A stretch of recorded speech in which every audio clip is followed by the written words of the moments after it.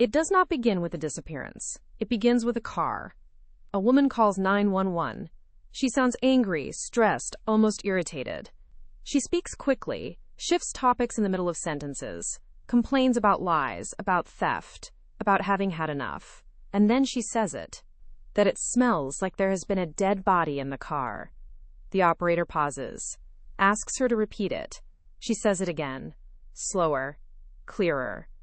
The tone of the call shifts immediately, from irritation to something else, something darker, something that cannot be taken back. And only after all of this does she mention the child.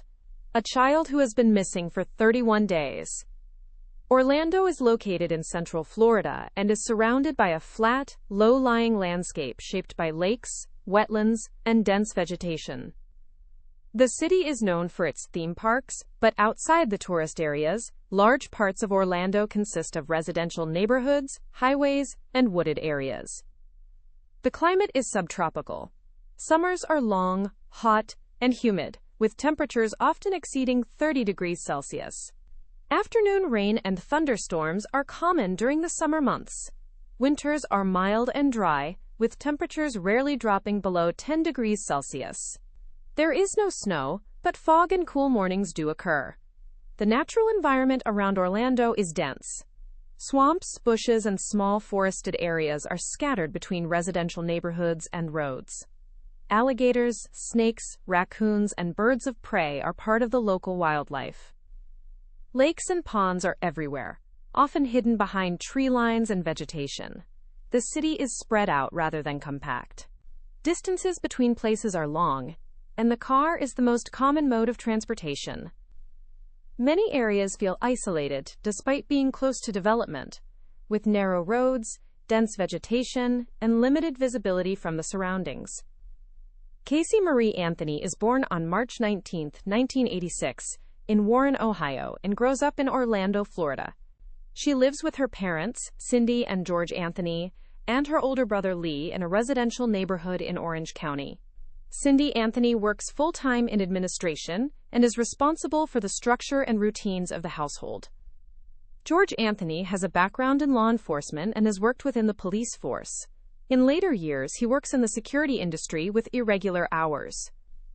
Caylee is described during her upbringing as social and outgoing. She easily forms connections, moves comfortably in groups, and takes up ACE. She is not withdrawn and often seeks out social settings. Her relationship with her mother Cindy is periodically strained. Cindy wants structure, control, and predictability. Caylee wants space, movement, and independence. Discussions about schedules, responsibility, and rules recur throughout her teenage years. They rarely lead to lasting change. George has a more withdrawn role in the family dynamic. He works a lot, is often away from home, and does not actively participate in daily conflicts. When he is home, he takes part in family life without assuming a leading role. Lee lives at home at times and at another address at other times. He has a more peripheral role in everyday life. In school, Caylee gets through high school without major difficulties. She is not a standout top student, but not struggling either. After graduation, she begins studies at Valencia Community College but does not complete them. She takes various temporary jobs in service, restaurants, and retail. None of them last long. She moves between different social circles. Friends describe her as easygoing, social, and adaptable. She functions in many settings and is comfortable being at the center of attention. In her late teens, she has relationships, including one with Jesse Grund. The relationship is at times stable and at times conflict-filled. They break up and get back together repeatedly. Caylee continues to live in her parents' home. She has no place of her own, no stable income, and no fixed schedule. Financially, she is dependent on her parents. When Caylee becomes pregnant, she is in her late teens. She keeps it to herself and hides it from her family far into the pregnancy. She wears loose-fitting clothes and deflects any conversations that could be connected to her body. She has no contact with prenatal care and does not attend regular checkups. When the truth comes out, The family's reaction is mixed. Caylee is then far along in the pregnancy. Concern arises, along with discussions about the future, responsibility, and housing. Caylee has no education, no permanent job, and no home of her own. Her relationship with Jesse Grund is also unstable. Jesse Grund is initially stated to be the father, but the paternity is later questioned.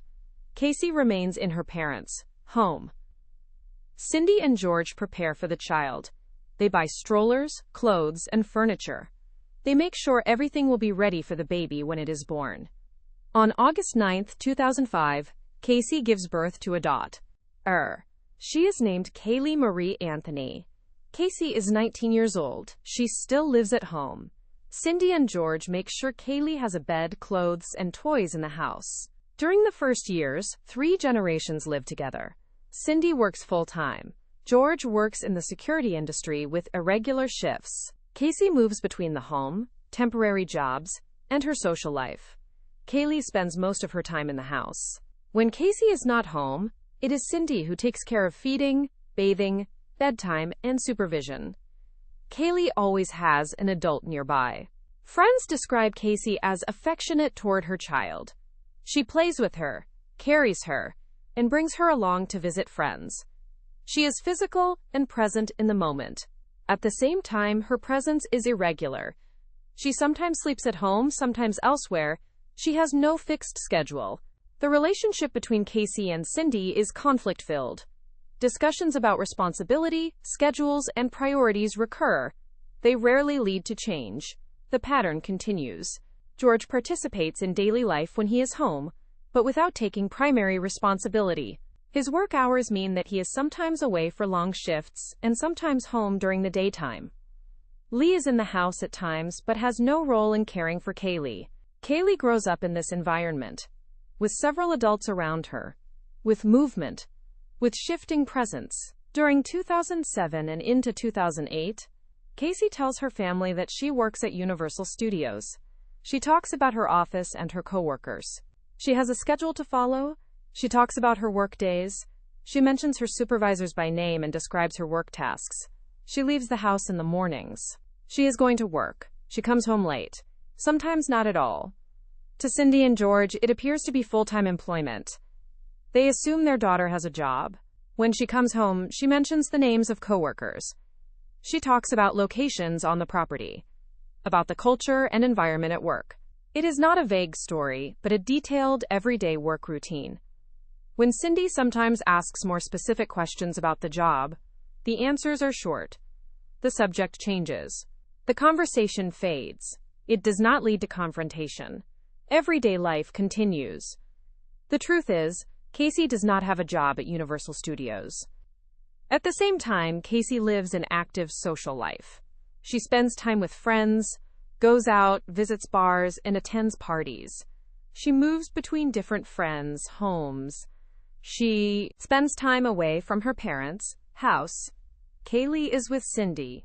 In early 2008, she meets Tony Lazzaro, who works as a DJ and moves within the nightlife scene in Orlando. They begin a relationship. She spends a lot of time with him. She often sleeps at his apartment.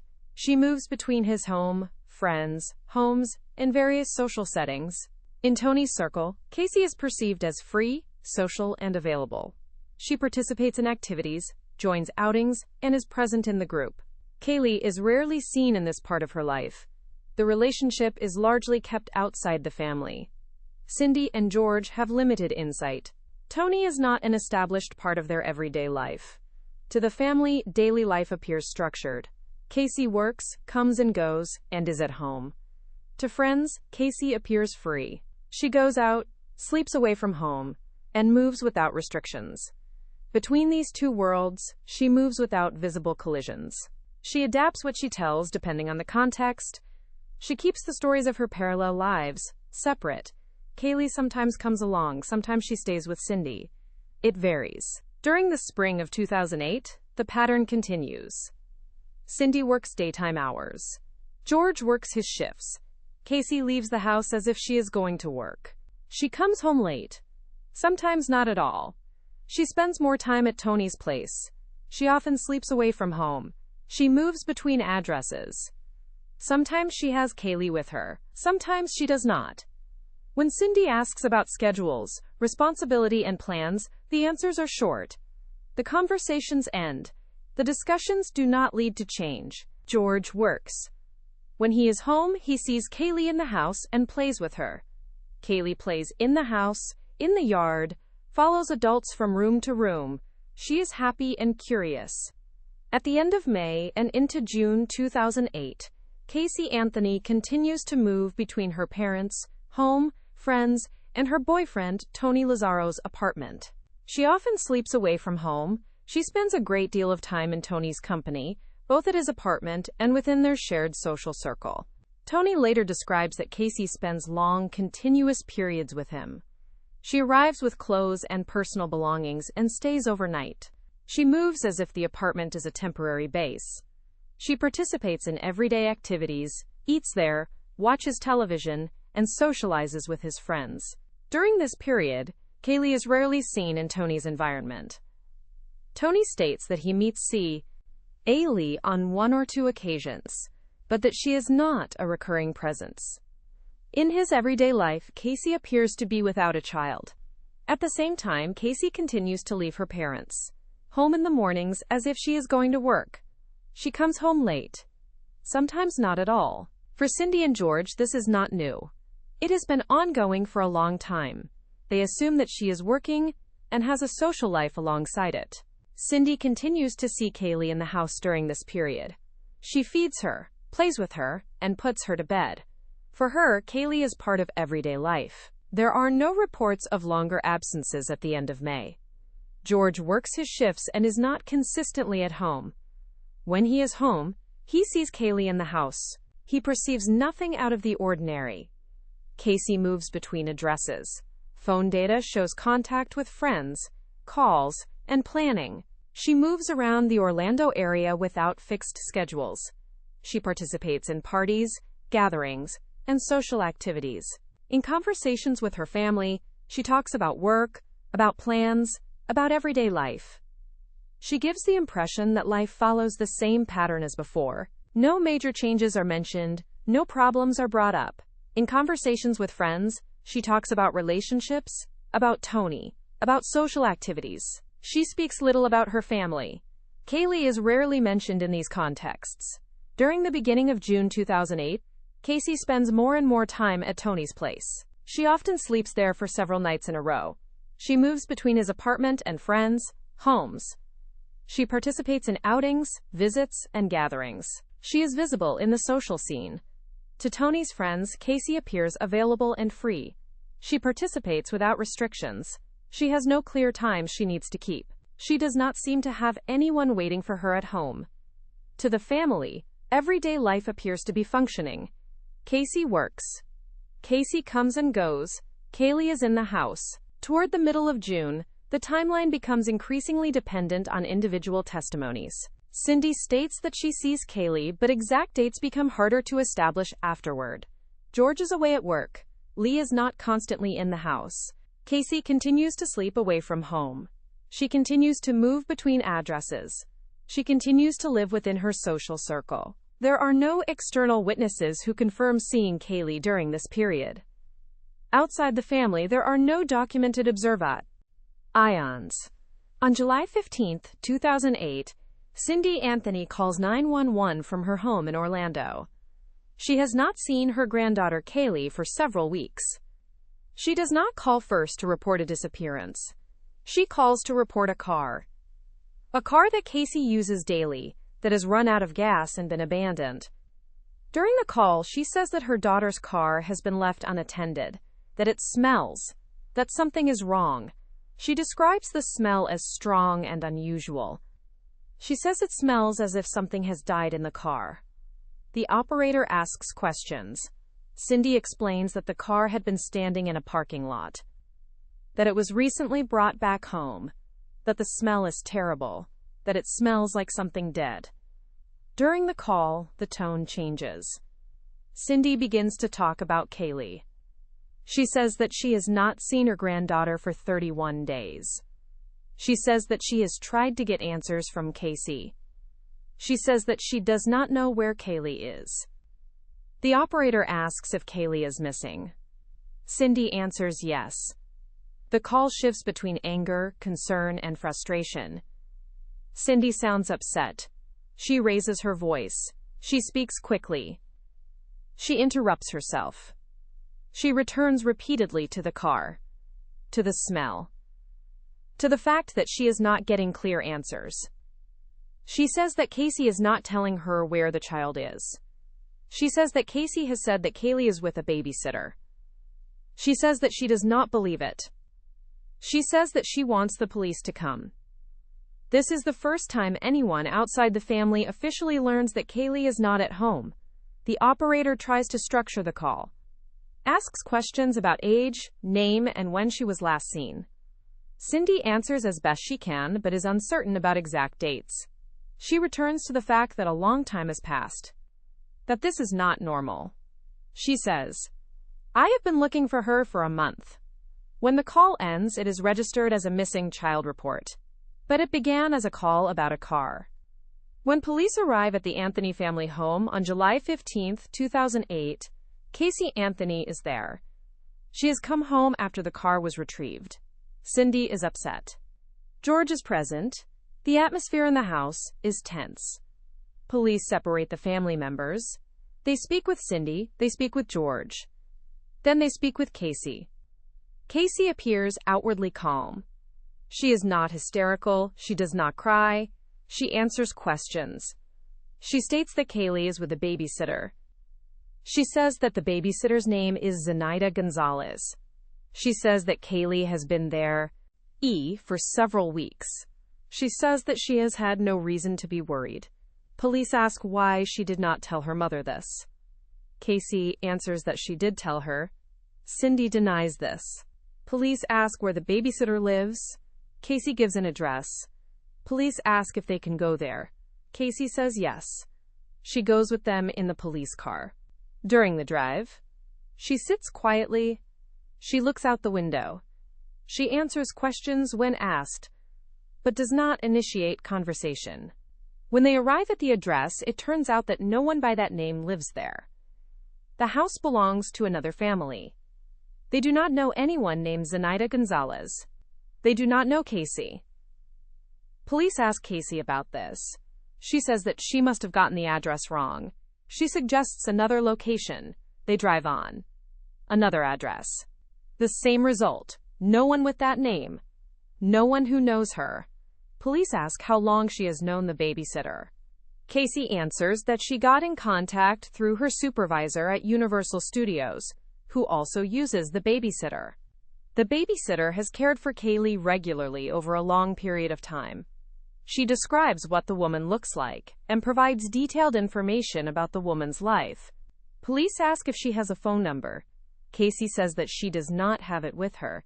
Police ask how she usually contacts her. Casey says that they keep in touch. They continue driving. Casey points out more locations. No matches. The police begin to ask more direct questions. How often do you see her? When did you see her last? When did you last see Caylee? Casey answers without becoming upset. She keeps an even tone. She does not appear stressed. She shows no strong emotional reactions.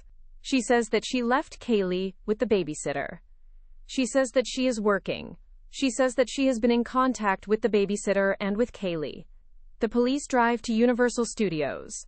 The supervisor may have the babysitter's address. At the gates, she says that she works inside the property. The police let her in. She walks ahead. The police ask for her supervisor. She mentions a name. She leads them through the area. Past buildings. Past offices. Past corridors. She moves as if she knows where she is going. She stops at a door. It is locked. She looks at it, waits, and says that he may not be working today. The police contact Universal Studios. Universal responds that no one with that name works there. They state that Casey is not employed there. They state that she has never had an employment there. The police confront Casey with this. She becomes quiet. She looks down. She says nothing for several seconds. Then she says that she must have misunderstood, that it was temporary work. that she helped out. The police continue to ask questions. She answers briefly. She provides no new details. Throughout this entire process, her body language remains calm. She does not break down, scream, or become emotional. She goes along. She answers. She adjusts. Eventually, she is taken to the police station. The questioning continues there. She repeats that Caylee is with a babysitter. She repeats that she is working. She repeats that she is not worried. The police ask why she has not seen her child for several weeks. She says that this is normal and that the babysitter has her. The police ask why she has not called. She says that she has been in contact. They ask for proof. She has none. The interrogation continues for hours. She maintains her story. She changes details. She corrects herself. She gives new addresses, new names, new explanations. Nothing leads to Caylee. When the interrogation ends, the police have no location. No babysitter. No job. No child. Only a woman who says that everything is normal. After the interrogation on July 15, 2008, Caylee Anthony is released from the police station. She is not arrested. She is formally not charged with any crime. The police still lack concrete evidence of Caylee's whereabouts. She does not return directly to her parents' home. Instead, she goes to her boyfriend Tony Lazzaro's apartment. She stays there. She sleeps there. She moves within his social circle. She participates in everyday activities. Tony later describes that she does not appear upset. She talks. She laughs. She takes part in conversations. She behaves as usual in their company. She uses her phone. She sends messages. She calls friends. She plans meetings. At the same time, the police continue searching for Caylee. They contact relatives. They check addresses. They follow up on leads. They get no results. Cindy and George are at home. They wait. They call. They leave messages. They receive no answers. They do not know where their daughter is. They do not know where Caylee is. Cindy speaks to the media. She expresses concern. She asks for help. She says that she wants her granddaughter back. George takes part in the search. He contacts acquaintances. He accompanies the police. He is active in the search and the investigation. Caylee stays within Tony's environment. She moves between his apartment and friends' homes. She is visible in social settings. She participates in conversations. She goes out. Friends within Tony's circle perceive her as present and social. They see no clear change in her behavior. She does not mention Caylee in conversations. She talks about everyday things. About relationships. About plans. At the same time, the search continues publicly. Posters are put up. Media reports. Police hold press conferences. Caylee's face is broadcast in news coverage. Everyone is looking for Caylee. Caylee is aware of this. She has access to television, the internet, a phone. She remains at Tony's apartment nonetheless. On July 16, 2008, the day after the first interrogation, police decide to arrest Caylee Anthony. The arrest takes place without drama.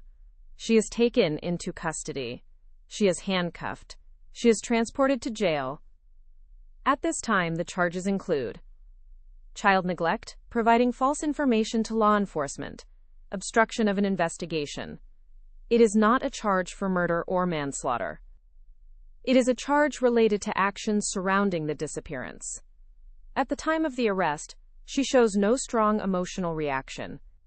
She complies without resistance and remains calm. Caylee is photographed, processed, and placed in custody. News of the arrest spreads quickly. Media reports. Cameras gather outside the police station. Her name becomes nationally known.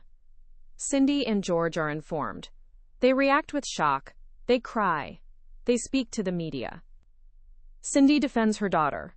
George says that he wants to find his granddaughter. After the arrest, the search for Caylee continues. Ground search teams comb areas. Helicopters are deployed. Volunteers join in. Media follows every step. Press conferences are held. Speculation begins to spread. Caylee remains in custody. She has access to legal counsel. She has limited contact with the outside world. Cindy and George move between the police station, their home, and the search areas. They take part in interviews. They answer questions. They appeal for information.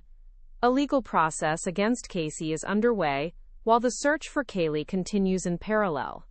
After Caylee Anthony reports Caylee missing on July 15, 2008, police immediately initiate a formal search operation.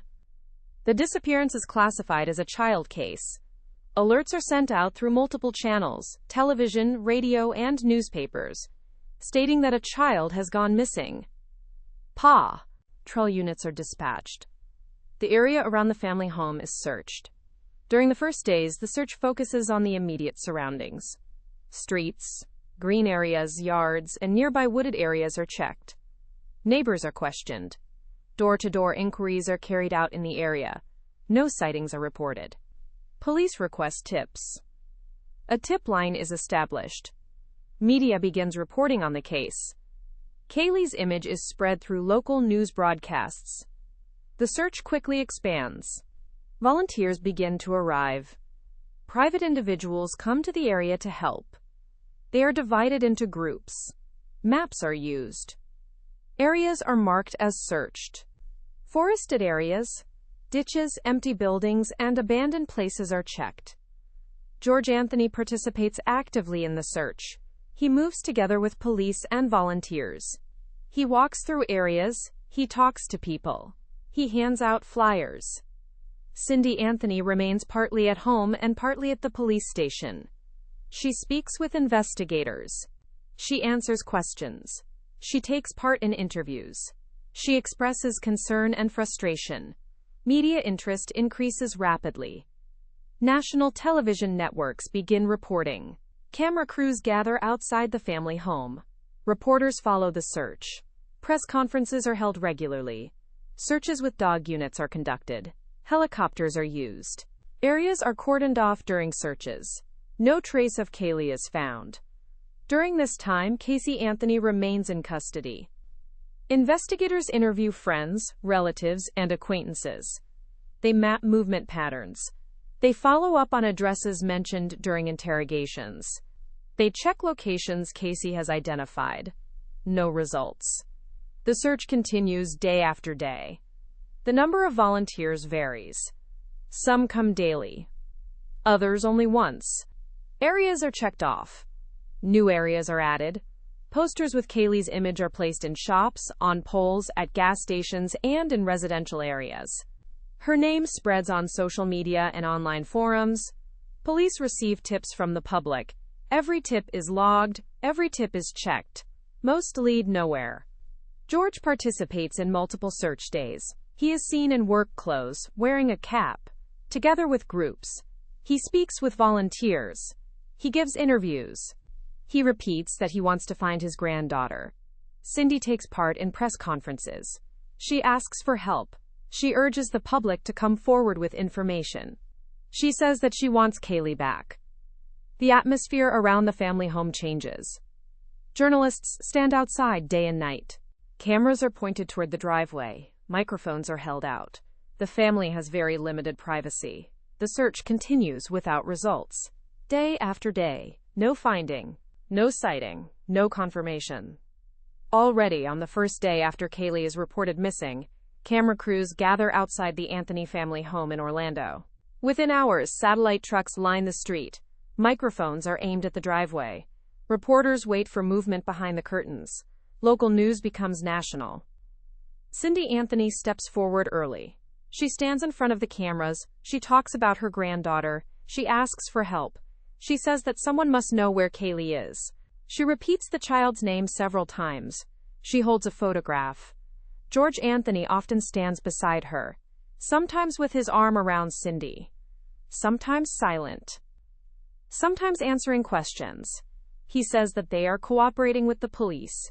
He says that they just want her back. Their voices are broadcast again and again. The interviews become more frequent. morning shows, evening news, local stations, national networks.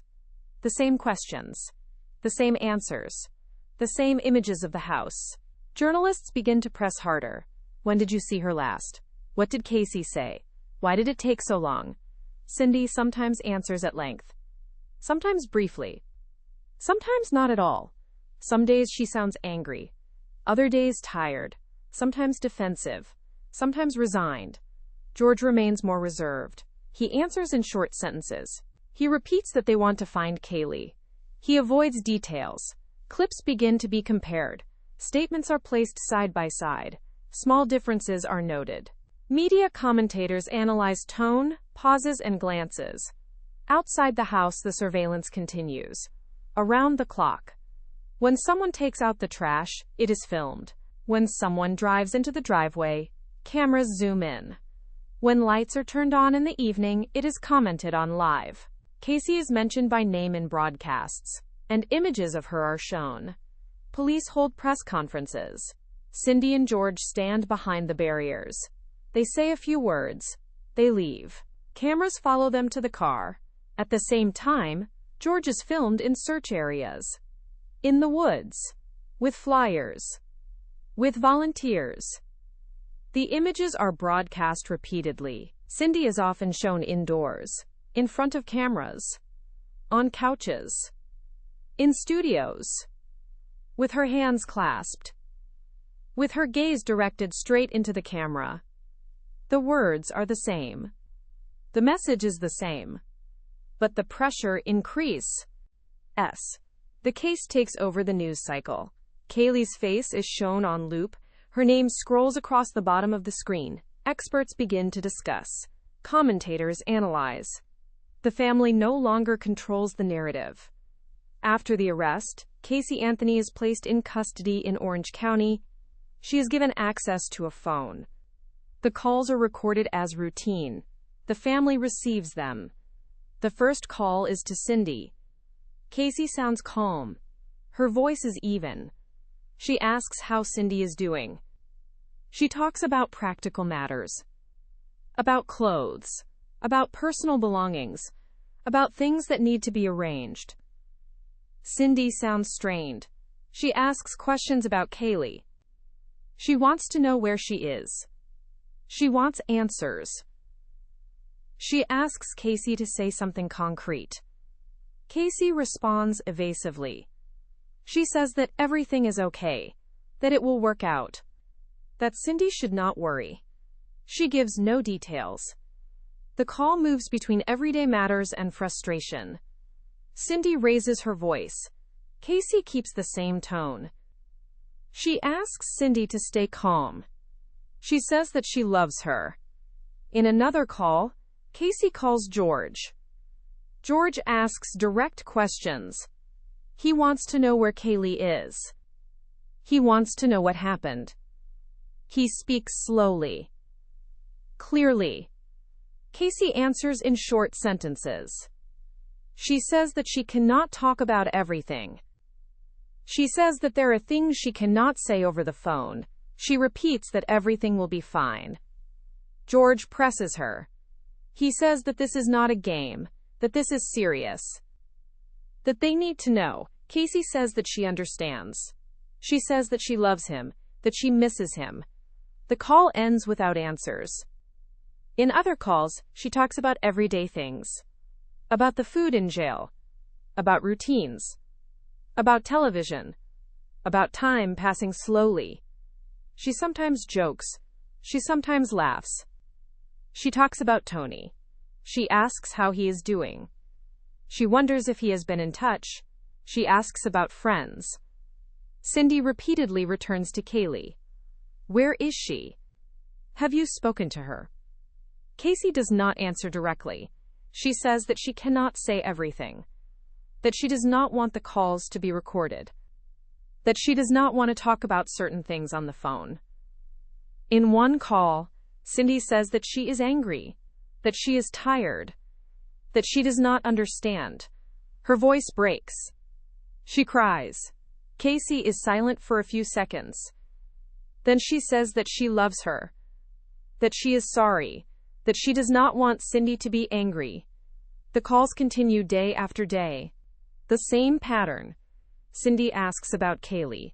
Casey talks Aru. It. George presses. Casey calms. No answers. In several calls, background sounds from the jail can be heard. Voices, doors, signals. The calls are short, sometimes interrupted. Casey quickly adapts to the routine. She calls, she talks, she ends the call. She calls again the next day. After the first interrogations and the first days in custody, Caylee Anthony continues to maintain that Caylee is with a babysitter. She says that she knows where she is. She says that there is no reason to panic. Then the wording changes.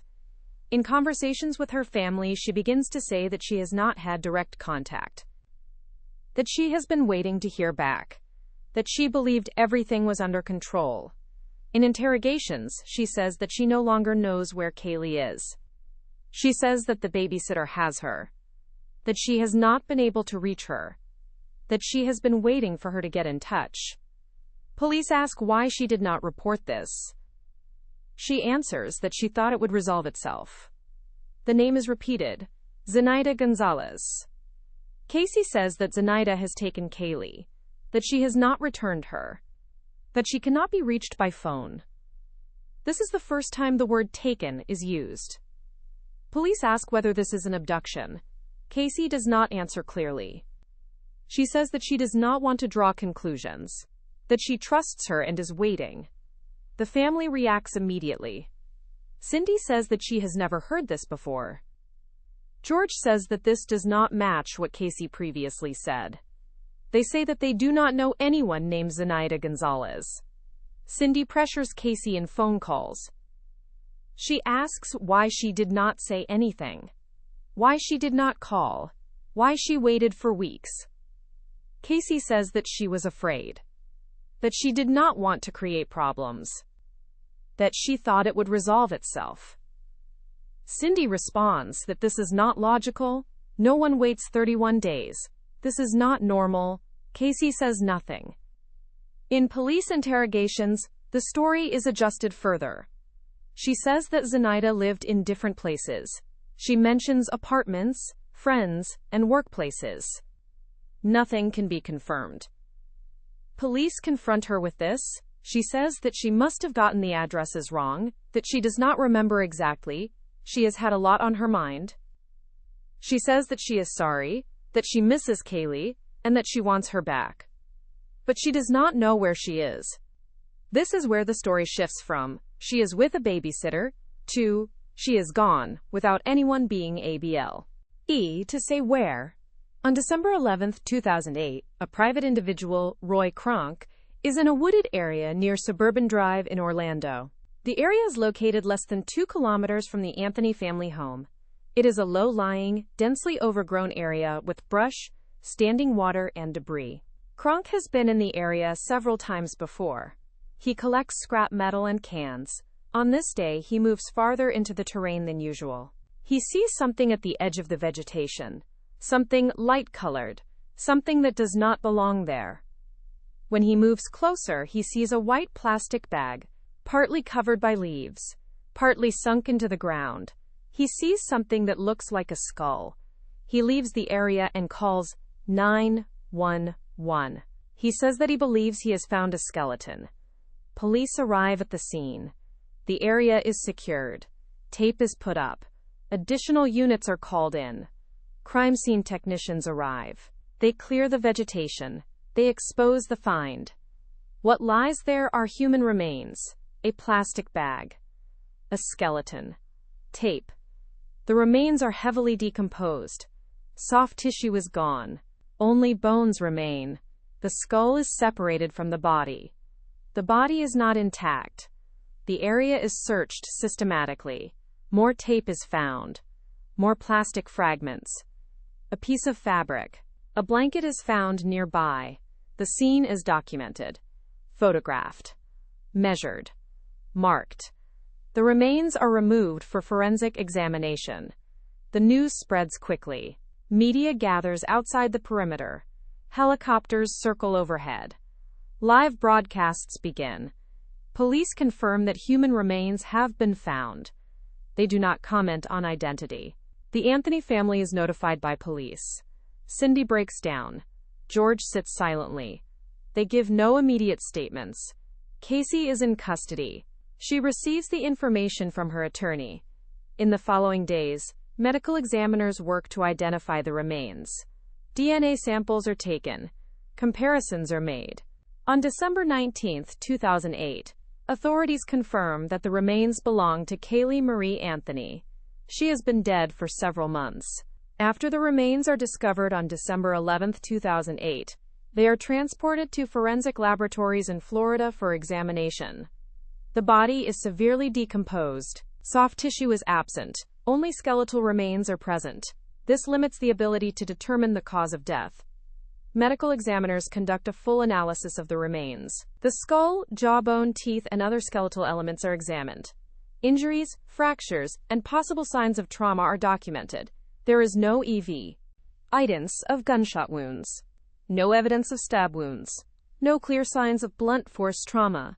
There is no remaining soft tissue to indicate suffocation, strangulation, or poisoning. Tape is present on the skull.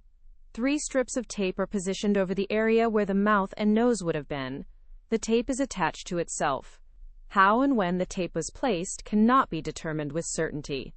Medical examiners cannot conclude whether the tape was applied before or after death. No internal organs remain to analyze. No toxicology testing can be performed on tissue. DNA analysis confirms that the remains belong to Caylee Marie Anthony. After reviewing all findings, the medical examiner determines the cause of death as murder by unknown means. This means that the death is not considered natural, accidental, or suicide, but the exact manner of death cannot be determined. It is also not possible to establish an exact time of death, only that the death occurred several months before the remains were found. The remains were located in a low-lying damp area. Water, animals, insects, and weather conditions have had a severe impact on the body. Decomposition is advanced. This complicates all conclusions. The medical examiners document the condition of the skeleton, the placement of the tape, the design of the plastic bags, and other material found at the scene, including a blanket that was missing from Caylee's room. However, they cannot draw medical conclusions about the moment of death itself. After the remains are identified as Caylee Marie Anthony on December 19, 2008, the direction of the investigation changes immediately. The missing person case becomes a homicide investigation. The prosecutor's office becomes fully involved. Police compile evidence material, interrogations, phone records, witness statements, forensic findings, statements from family and friends, and recordings from jail calls. Caylee Anthony is already in custody on other grounds. Her role in connection with Caylee's death is now formally examined.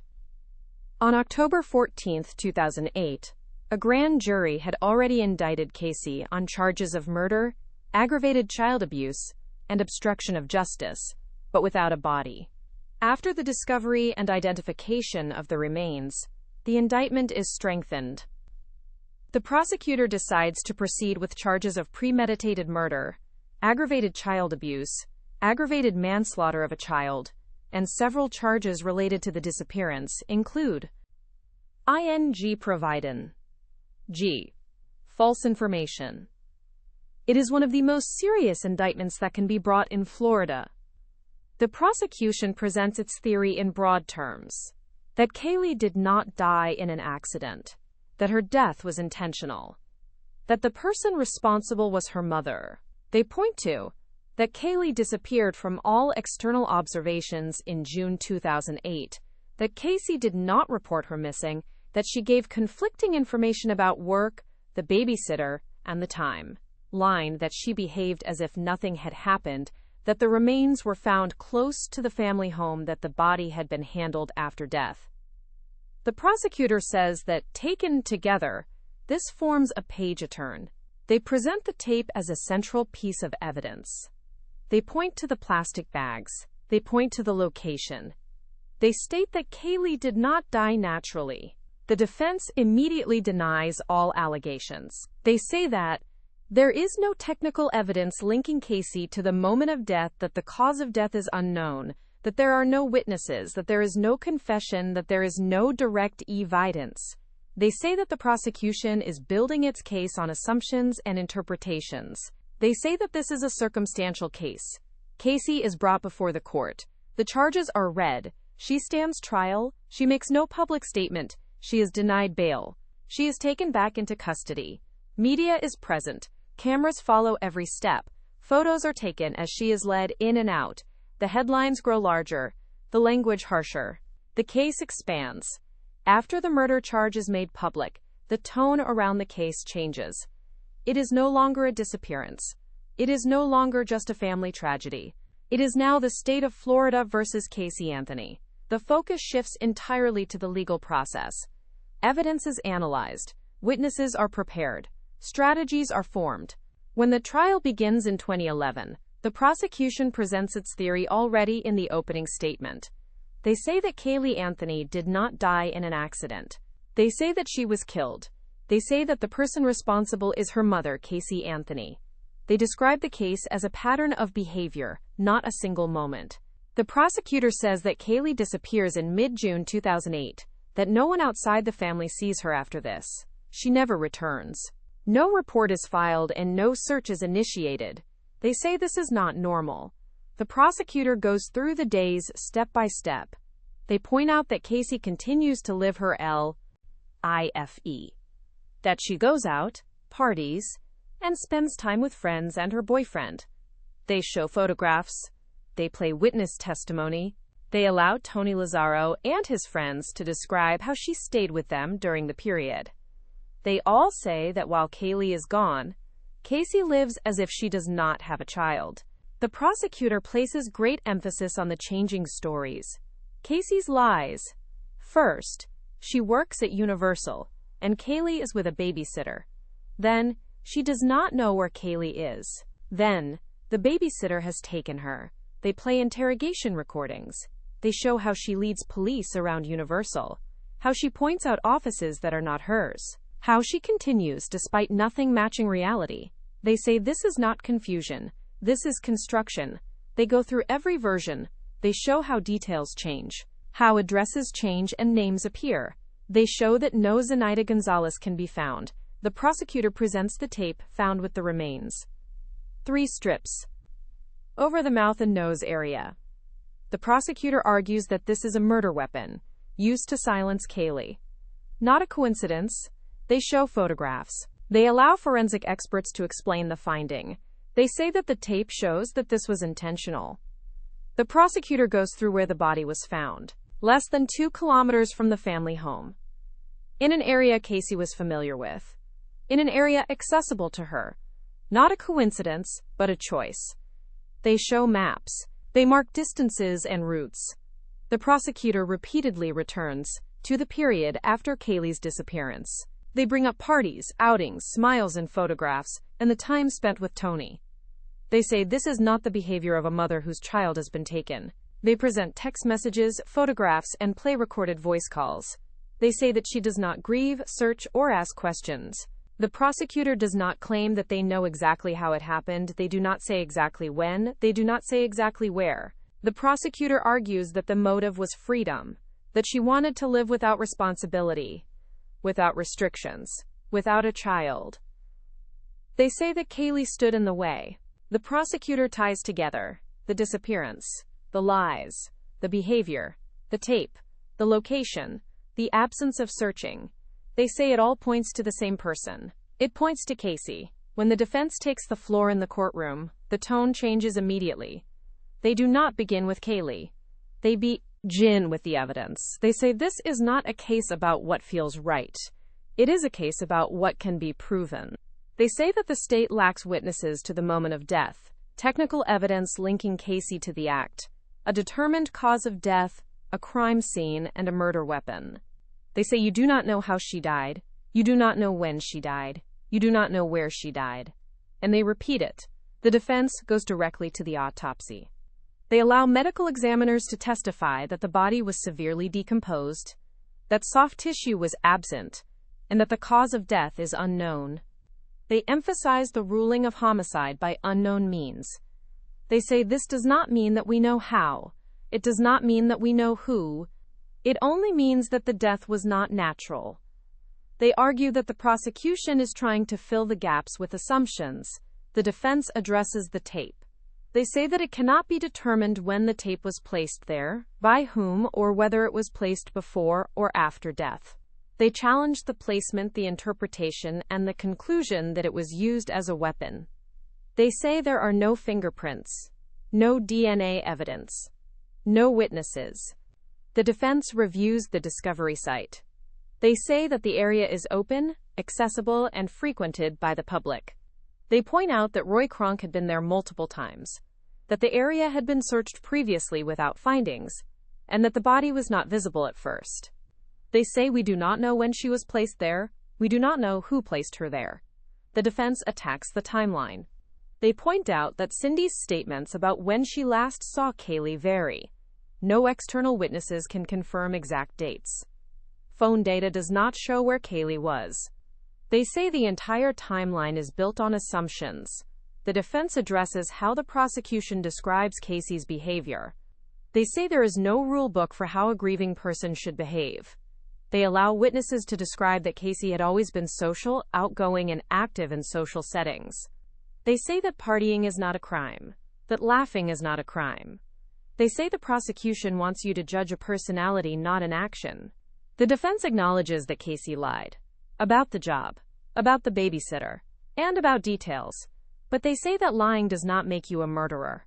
They say people lie out of fear, out of shame, out of pressure. They say that Caylee was young, scared, dependent on her parents, and under press. From the situation, they say this explains the behavior. It does not prove murder. The defense presents its most controversial claim. They say that Caylee died in an accident, that she drowned in the family swimming pool, that George Anthony found her, that he panicked, that he helped cover it up. They say that George had knowledge of death and investigations, had access to the car, was in the house, and participated in the handling of the body. They point to inconsistencies in his testimony, his reactions in the media, and his behavior afterward. They say this was not murder. This was an accident that was covered up. They present no direct evidence. They present circumstantial indicators and plant doubt. The defense repeatedly returns to the same point. The state has not proven its case. No weapon, no crime scene, no method, no motive, no technical connection. They say you cannot sentence someone to death based on gut feeling. In their closing argument, the defense says that if there is doubt, you must acquit. And in this case, there is doubt everywhere. They say that the prosecution has built a story. Stories are not evidence. You do not know what happened.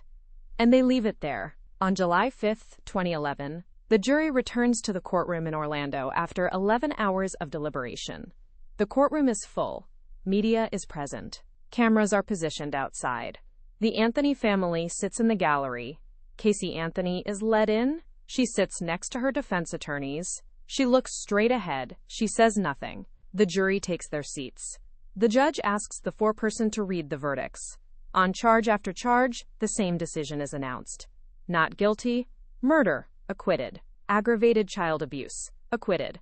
Aggravated manslaughter of a child, acquitted. The courtroom is silent for a few seconds. Then reactions are heard. Cindy Anthony breaks down.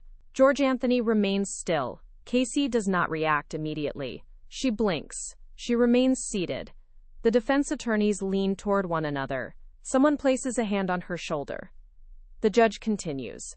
Caylee is convicted on 4 counts of providing false information to law enforcement.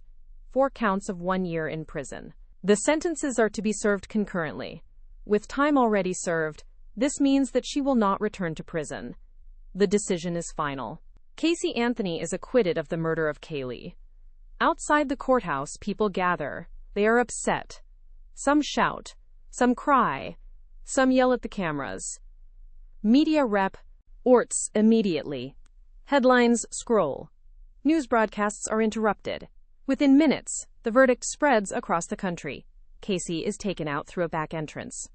She is placed in a car. She is driven away. Cindy and George leave the courtroom separately. They say nothing. The prosecution issues a brief statement. They say they respect the jury's decision. They say they stand by their case. The defense says that justice has been served. They say the jury followed the law. Afterward, several jurors are interviewed. They say that they could not determine how Caylee died, when she died, or where she died, and that they could not connect Casey to the moment of death. They say that the prosecution did not prove murder. There were too many unanswered questions and too much doubt. That is why they acquitted. Caylee Anthony is acquitted of the murder charge. She cannot be tried again for Caylee's death. There will be no new trial, no new charges. The case is closed in court, not in public opinion. After the jury acquits Caylee Anthony on July 5, 2011, she leaves jail 10 days later, on July 17. She is released late in the evening. The exit is discreet. She is let out without a press conference. She disappears by car. Her first period of freedom is spent at undisclosed locations. Her movements are discussed in the media but rarely confirmed. She avoids public appearances. She gives no interviews. Her attorney says that she wants to live a private life. Cindy and George Anthony return to life without an ongoing court process. They give a few interviews after the verdict. They say they accept the decision, but that they have lost their granddaughter. Their relationship is affected. They live apart at times. They sometimes participate together in memorial events, sometimes separately. Cindy continues to speak publicly about Caylee in certain contexts. She participates in events for missing children. She talks about her granddaughter's life. She avoids commenting on the verdict in detail. George withdraws more. He gives fewer interviews. He is rarely seen in the media. When he does speak, it is about grief, not guilt. The relationship between Cindy and George is periodically strained. They have different ways of handling the loss. This is noticeable in interviews, but not openly discussed. Caylee Anthony lives for a long time outside the public eye. She moves between different addresses. She stays with friends at times, and at undisclosed locations at others. She avoids cameras. She avoids journalists. When she is photographed, it is from a distance. Images are published without comment from her. She confirms nothing. In the years after the verdict, media outlets make several attempts to get her to speak. She declines. She lets her attorneys respond. They say that she wants to be left alone. In 2017, it is reported that she lives in Florida. She lives a withdrawn life. She uses other names in certain contexts. She keeps a low profile. In 2022, she participates in a documentary series. There, she speaks about the case.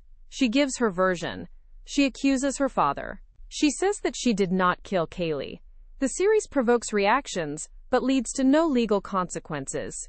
After that, she withdraws again. The Caylee Anthony case continues to be discussed.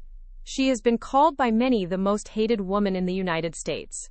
Caylee Anthony was not yet 3 years old. No one has been convicted of her death.